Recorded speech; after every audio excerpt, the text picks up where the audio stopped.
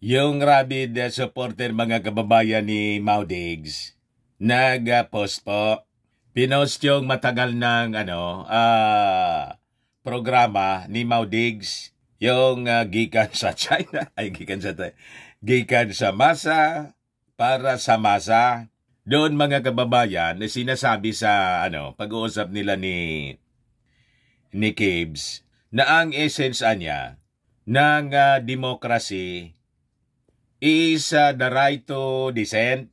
Di niya Mr. Maravillas, di ba tama naman? Tama po, mga kababayan, yung sinasabi ni Maudigs. Kailan po, hindi man niya may apply sa kanyang sarili.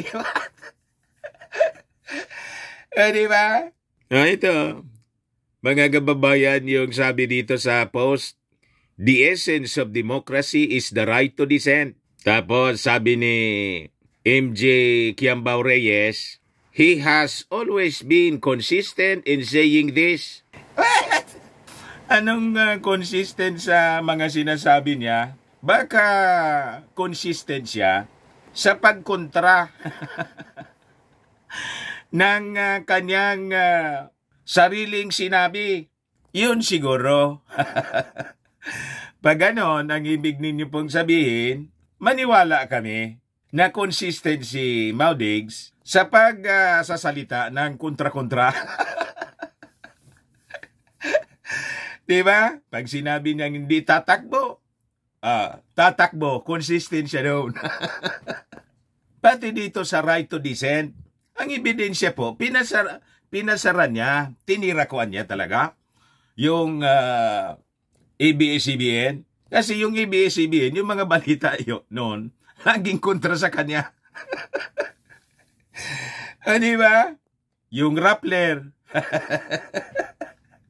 Huwag kami pa. Ito yung mga statement mga kababayan na paulit-ulit nilang pinapublish. Nangakala nila maniniwala yung tao. Paano maniwala yung mga mamamayang Filipinong fresh na fresh pa sa isipan ng mga tao na pagkontra sa kanya, yung latest ng kumontra sa kanya, sa kanilang pamilya, lalo doon sa confidential fund ni Inday, si Franz Castro, trinated niya. Tapos, nang ikaso siya ng grave threat, nag-deny. So, ito yung, yung pinakang fresh na patunay mga kababayan na consistent siya sa pagkontra sa kanyang sarili.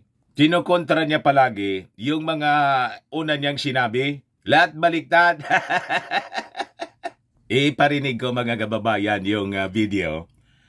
Yung audio na lang para hindi tayo ma-restrict po. Maya-maya, click subscribe muna dito sa ating YouTube channel and hit the notification bell para lagi po kayong updated sa mga kaganapan dito sa ating bansa.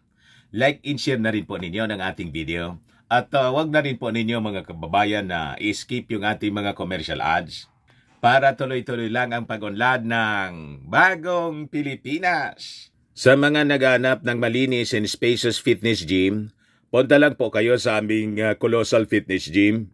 We also offer a grab car rental with our brand new 2023 model ng Toyota Innova. We also accept booking for those who are planning to travel via PAL, Cebu Pacific, and other airline companies, local and international. Kaya yung mga magbabiyahe po, kahit saan parte ng mundo, pwede na kayong magpabook dito sa amin. At saka may bills payment po kami for Meralco bills, PLDT, etc. Ang Colossal Fitness Gym ay matatagpuan sa 3rd floor ng Security Bank Building, Lanco Business Park, Legazpi City, Albay. For inquiries, look for Jilon Maravillas. Contact number 0966-802-0949.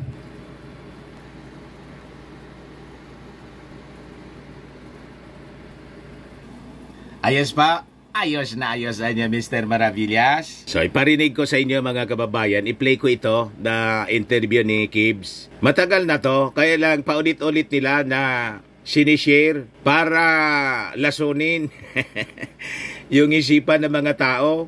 Gusto nilang palabasin ang administrasyon ito walang tolerance sa dissent. Sila mayroon. Di ba? Kaya sabi niyan, the essence of democracy is the right to dissent. Sabi ni Maudix dito sa pag-uusap nila ni Kibs. Tapos sabi ni MJ Kiambao Reyes, he has always been consistent daw sa pagsasabi nito. Wag kami. Hindi pa po kami ulyanin para hindi namin matandaan kung ano yung mga pinagagawa niya. Yung pagpasara po sa ABS-CBN, sa Rappler, ay patunay na wala siyang tolerance sa dissent. Yung mga nasa mainstream media nga na mga reporters po, pag hindi sumasang-ayon sa kanyang gustong mangyari, pinagsasalitaan po. Di ba? Pinagmumura. At sabi nga natin, yung pinaka-latest niya na wala siyang tolerance sa dissent, yung pag-threaten niya mga kababayan kay Franz Castro. Kaya may kaso siyang grave threat. Di ba malinaw yon? Pero anyway, pakinggan natin yung sinasabi ni Maudix mga kababayan dito sa video. Ay, parinig ko po sa inyo yung audio. Ito lang ang news outfit na talagang anti-communist. Wala nang iba, Pastor. Yes, Mayor. Ito. Walang ibang studio. Wala. Talagpakan sila kasi yung SMNI daw, kasi kontra sila sa communist. Maganda sana, mga kababayan, yung kanyang sinasabi. Pero kung totoo, mga kababayan, na kontra siya sa communist, bakit barkada niya si Xi Jinping? Yung China mismo, mga kababayan, ang tawag Red China, Communist China. And in fact, yung communism po dito, galing po sa mga doktrina ni Mao Zedong. Bakit tagahanga sila, mga kababayan ng China? At barkada niya, gusto pa nga niyang kahit pabiro, gusto pa nga niya na gawing province na lang yung ating bansa. Di ba pa? But anyway, ituloy natin yung sinasabi niya rito. Walang ibang network na talagang ang passion is really to criticize. You know, the essence of democracy is the right to dissent. The essence of democracy daw is the right to dissent. Kung naniniwala siya sa ganon, bakit yung mga nag-dissent sa kanya tulad ng ABS-CBN, tulad ng Rappler, bakit niya pinasara? Yung pagpasara niya sa ABS-CBN, sabi niya, tinira ko nga niya talaga, sabi niya, tama.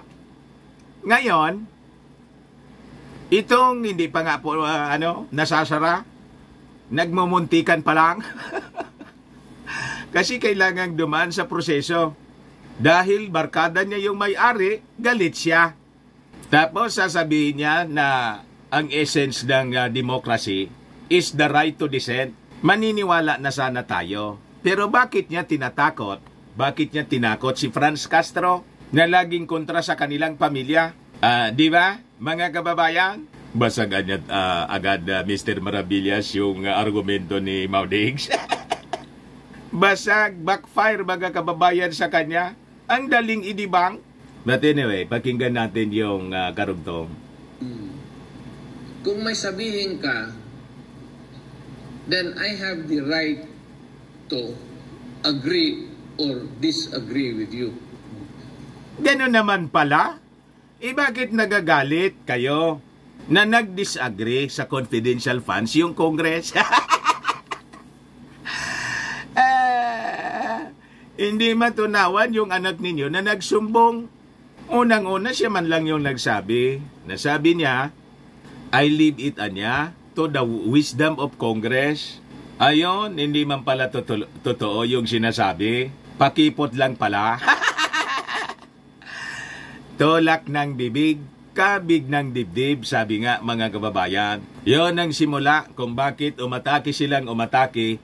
Siniraan na nilang siniraan yung Kongreso. Gamit yung SMNI. Ngayon, na nalagay sa problema yung SMNI, sinasabi nila na the essence of democracy daw is the right to dissent. Tama po, the right to dissent.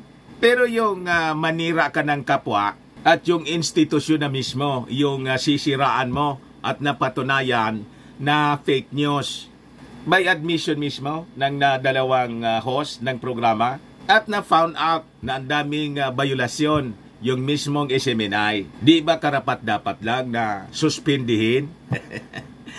Ha? Yung mga programa nila kasi na suspindi ng MTRCB at yung buong network sinuspindi for 1 month ng NTC at malamang sa malamang sumunod sa kapalaran ng ABS-CBN yung SMNI. Pero sa kanya, tama yung kanyang pagpasara sa ABS-CBN dito sa kasi kalaban niya. Dito sa SMNI, kasi channel niya, barkada niya yung may-ari, mali. Paano maniwala yung mga mamamayang Filipinong selective justice ka? Double standard of justice? Di ba? Pag pabor sa kanya, kahit na mali, tama. Pag hindi pabor sa kanya, kahit tama, mali. May ganon. Ituloy natin, mga kababayan. Kung dito naman ako, kayong nandyan, kung tanggalin mo yung right to dissent, then there is no democracy at all. So, ibig sabihin, yung panahon niya, kasi pinasara niya, yung ABS-CBN, walang demokrasya.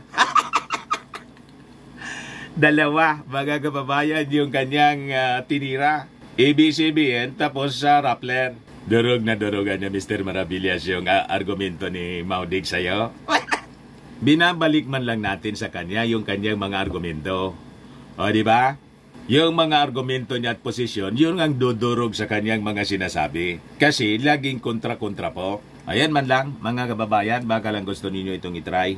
Firmax Firming and Lifting Cream, pinapahid po sa mga pulses in affected area. Mainam po sa paninigas na mga kaso-kasuan. Ito naman po, Automax Radiant Serum. Sa mukha naman yung application. Anti-aging siya. You will look 10 years younger than your age. Sa mga cancer patients naman po, baka lang gusto ninyo itong itry. Ning siya Red Mix Fruit 3. Di man po siya gamot, food supplement siya. Kaya lang, gawa siya mga kababayan sa goji berry. Yung goji berry may anti-cancer properties. Ayos pa, yung mga inquiries ninyo, dumiritso na lang kayo sa aming messenger sa Facebook para masagot namin agad. Ako po si Dante Maravillas. Bye-bye. God bless.